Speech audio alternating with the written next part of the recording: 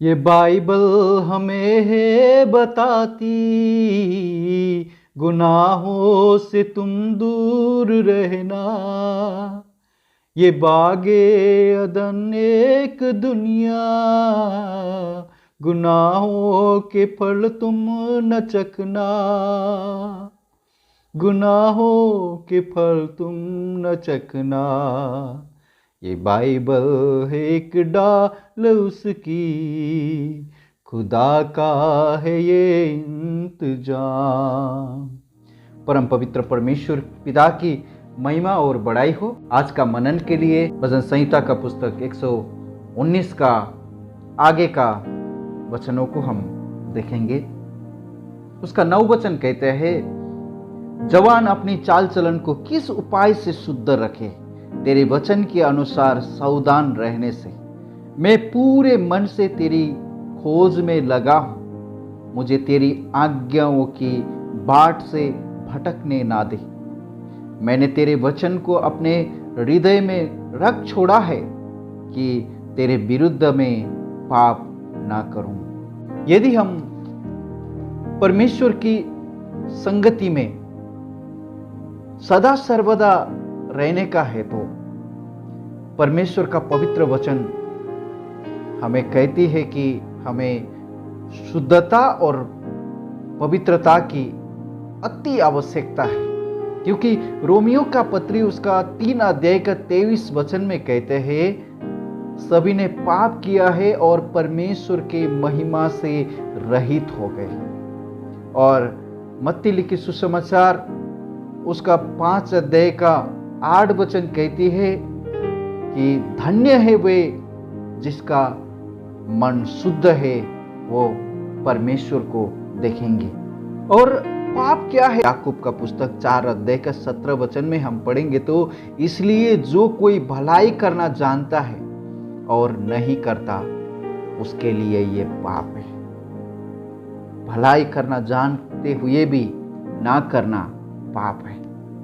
हमारा मन में, हमारा मस्तिष्क में, हम यदि परमेश्वर की उपस्थिति में चलने वाले लोग, किसी भी बातों में हम परमेश्वर का उपस्थिति से बढ़कर बाकी किसी भी चीजों में हम इन्वॉल्व हो रहे, ज्यादा समय हम बिता रहे, वो पाप है।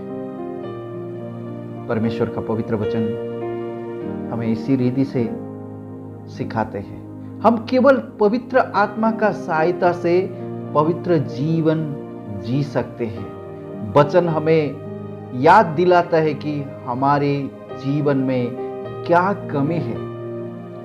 वचन हमें जबरदस्ती नहीं करते। पवित्र आत्मा हमें जबरदस्ती नहीं करते कि हम क्या करना चाहिए, हम क्या नहीं करना चाहिए। परमेश्वर ने आपको स्वतंत्रता दिया है कि आप खुद का जीवन में खुद निर्णय कर सकते हैं क्या भला है और क्या बुराई है।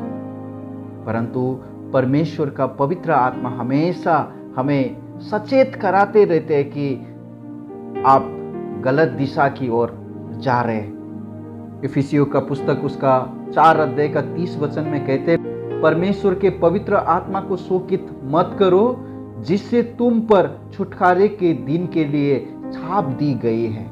परमेश्वर का पवित्र आत्मा आप कुछ भी गलत फैसला करने के समय में, आप कुछ भी गलत सोचने के समय में आपको याद दिलाता है कि you are going to wrong, आप कुछ गलत करने के लिए जा रहे हैं। यदि आप पवित्र आत्मा का उस आवाज को सुनने के लिए ना चाहेंगे, पवित्र आत्मा का आवाज को आप दबा देंगे, परमेश्वर का पवित्र आत्मा शोकित होकर आपको संकेत देने में, आपको नियंत्रण करने में बंद करेंगे।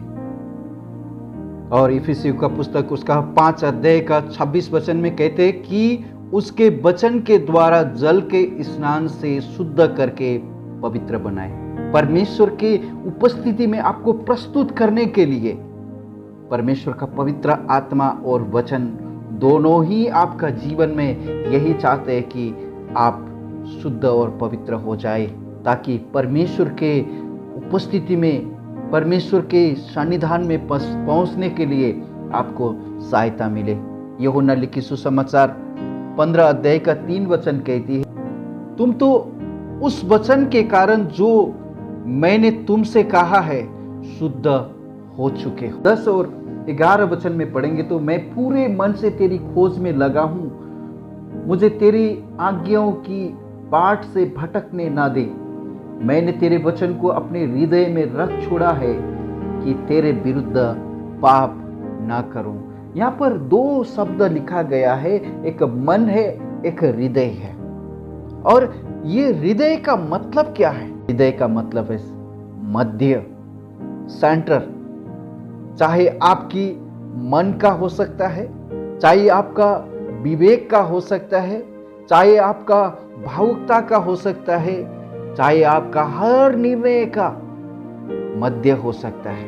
कुछ भी निर्णय लेते समय यदि आपका हृदय में परमेश्वर का वचन भरा हुए है तो आप कभी भी गलत निर्णय नहीं ले सकते।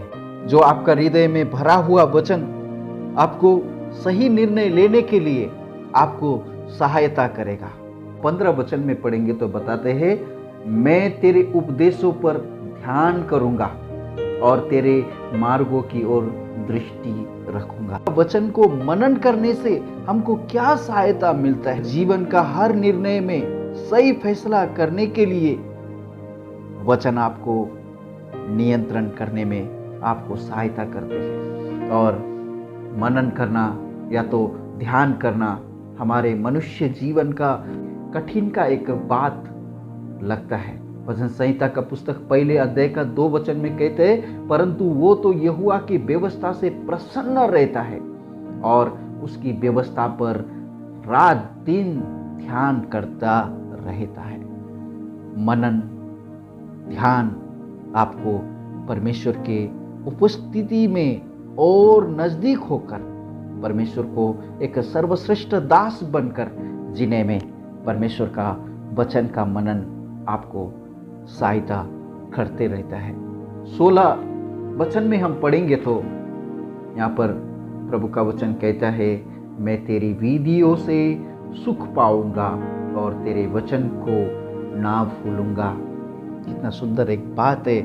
जिस रिधि से हमारी शरीर को भोजन की आवश्यकता है, उसी तरह हमारी आत्माओं को भी परमेश्वर की वचन की आवश्यकता है। परमेश्वर का वचन से जिस प्रकार स्वादिष्ट भोजन के समय हमारे जी प्रसन्न होता है, परमेश्वर का वचन का अध्ययन करते समय हमारा जीवन भी प्रसन्न होने का आवश्यकता है। क्योंकि प्रभु का वचन में मत्ती लिखित सुसमाचार उसका 4 अध्याय में जब शैतान ने कहा प्रभु यीशु मसीह को, यदि आप परमेश्वर का पुत्र है तो इस पत्थर का रोटी बनाइए, प्रभु ने उनको बड़ी स्पष्टता से वहां पर उत्तर दिया हुआ हम देख सकते हैं कि मनुष्य केवल रोटी से नहीं बल्कि परमेश्वर का मुंह से निकला हुआ वचन से जीवित रहेगा। और 1 पत्रुस का पत्री 2 अध्याय का 2 वचन में पत्रुस कहता है, नया जन्मे हुए बालकों के समान आत्मिक दूध का तृष्णा करो। नया जन्मे हुए एक बालक किस तरह से माँ का दूध का तृष्णा करते हैं, उसी तरह एक आत्मिक जीवन में नया सिरे से जन्मे हुए व्यक्ति परमेश्वर का वचन के लिए इसी तरह तृषित होना अति अनिवार्य है।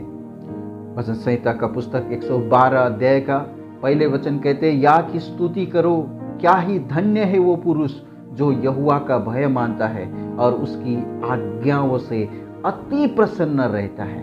आप यहाँ देख सकते हैं परमेश्वर का पवित्र वचन से प्रसन्न रहना ये साधारण सा विषय नहीं है। टाइम लगेगा। आज कितना लोगों को कहते हैं कि बाइबल पढ़ना मुझे पसंद नहीं है, मुझे मेरा हृदय में ध्यान नहीं रहता है, मैं क्या पढ़ूं, मैं कैसे पढ़ूं, समझ में नहीं आता है।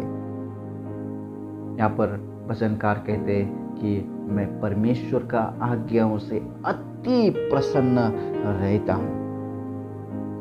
शारीरिक भोजन हमें इस संसार में कुछ वर्ष जीने के लिए सक्षम बना सकता है, उसी तरह परमेश्वर का वचन हमें परमेश्वर की उपस्थिति में सदा सर्वदा रहने के लिए आप और हमें बना सकते हैं। मेरा प्रियो, जब हम पहला यूहन्ना का पुस्तक उसका 2 अध्याय का 17 वचन में हम पढ़ेंगे तो संसार और उसकी अभिलाषा मिटते जाएगा, परंतु परमेश्वर के इच्छा के अनुसार जीने वाले सर्वदा जीवित रहेगा। परमेश्वर का उपस्थिति में रहने के लिए आपको सक्षम होना है मेरा प्रियो। शारीरिक अभिलाषाओं से बढ़कर, आंखों की अभिलाषा से बढ़कर परमेश्वर का वचन के अध्ययन से हमें सर्वकालिक जीवन के लिए, उस अनंत काल का जीवन में परमेश्वर का उपस्थिति में रहने के लिए आप और हमें मजबूत बना सकते हैं। इस संसार में पाप से विजय होकर जीने के लिए परमेश्वर का वचन आप और हमें मजबूत बना सकता है। प्रभु आपको सहायता करे, मदद करे। परमेश्वर के नाम की स्तुति हो। आइए हम परमेश्वर को धन्यवाद करते हैं। पिताजी, धन्यवाद करते, स्तुति करते हैं। भजन संहिता का पुस्तक उसका 119 का 9 वचन से लेकर 16 वचन का ये अध्ययन के लिए, मनन के लिए पिताजी आप दया कीजिए। उन तमाम लोगों को आज जो आपका वचन पढ़ने के लिए, उनको समझने के लिए उनको होना ही होता है प्रभु जी, आप दया कीजिए। हर कोई जो इस वचन को सुन रहे, उनका जीवन में उस उत्तेजना को आप भर दीजिए, उस शक्ति और सामर्थ्य को आप भर दीजिए, ताकि प्रभु आपका वचन के जिस तरह वचनकार कहते हैं, परमेश्वर का आज्ञाओं से अति प्रसन्न रहता हूँ कहकर, उसी तरह परमेश्वर पिता उन सभी जनों को प्रभु आपका वचन का प्रसन्नता में, आपका वचन का मनन करने के लिए, उनको प्रसन्न होने के लिए प्रभु आप सहायता कीजिए। इस प्रार्थना को उद्धारकर्ता प्रभु यीशु मसीह के पवित्र नाम से मांगते हैं, सुनिए और ग्रहण कीजिए पिता। आमीन।